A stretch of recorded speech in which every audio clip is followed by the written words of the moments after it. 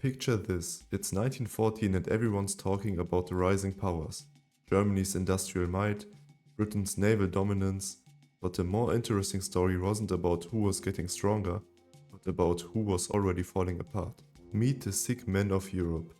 Three colossal empires that looked mighty on the paper, but were rotting from the inside. Today, we are driving into Austria-Hungary, the Ottoman Empire, and Russia.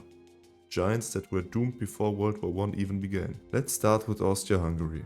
Imagine trying to run a country where your citizens speak 11 different languages and belong to dozens of ethnic groups who hate each other. That was Emperor Franz Josef's daily nightmare. The Czechs wanted independence, the Poles dreamed of their own nation, the South Slavs were looking eagerly at Serbia. By 1914, nationalist movements were tearing the empire apart from within. Franz Josef himself reportedly said, "My people are strangers to each other." The assassination in Sarajevo wasn't the cause of Austria-Hungary's problems, it was merely the spark that set off the downfall of an empire already breaking apart. Now the original sick man of Europe, the Ottoman Empire.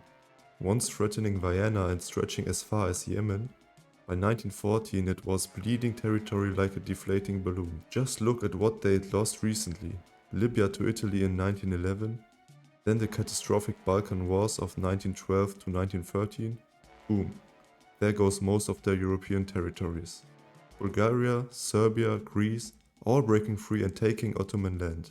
But here is what made it even worse. The Ottomans faced the same ethnic nightmare as Austria-Hungary. Arabs, Armenians, Kurds, Greeks and other minorities were increasingly restless under Turkish rule. The Young Turks had seized power in 1908, promising to save the empire through modernization. But their Turkish nationalism only alienated non-Turkish populations further. By 1914, the Ottoman Empire had shrunk to Anatolia and a fragile grip on parts of the Middle East. Finally, Russia. Massive in size and population, but with equally massive problems. This empire stretched across 11 time zones but was stuck in the medieval past while the world raced into industrial future. While Western Europe industrialized, most Russians were still living in feudal conditions. The 1905 revolution had already shown that people were fed up with Tsar Nicholas II's autocratic rule. But Russia's problems went far beyond economics and politics. Like its fellow dying empires, Russia was a multi-ethnic powder keg. Poles, Finns, Ukrainians, Georgians, Armenians, and dozens of other ethnic groups resented Russian rule. The policy of Russification, forcing Russian language and culture on minorities, only made these tensions worse. The military's humiliating defeat by Japan in 1905 shattered the Tsar's prestige. By 1914, revolutionary groups were active, workers were striking, and ethnic minorities were increasingly rebellious. Revolution was inevitable. War would just speed up the process. To be fair, Russia was not quite as weak as Austria-Hungary or the Ottoman Empire.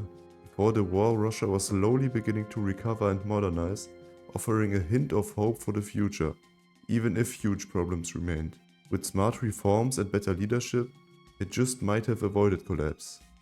World War I didn't destroy these empires, it simply accelerated their inevitable collapse.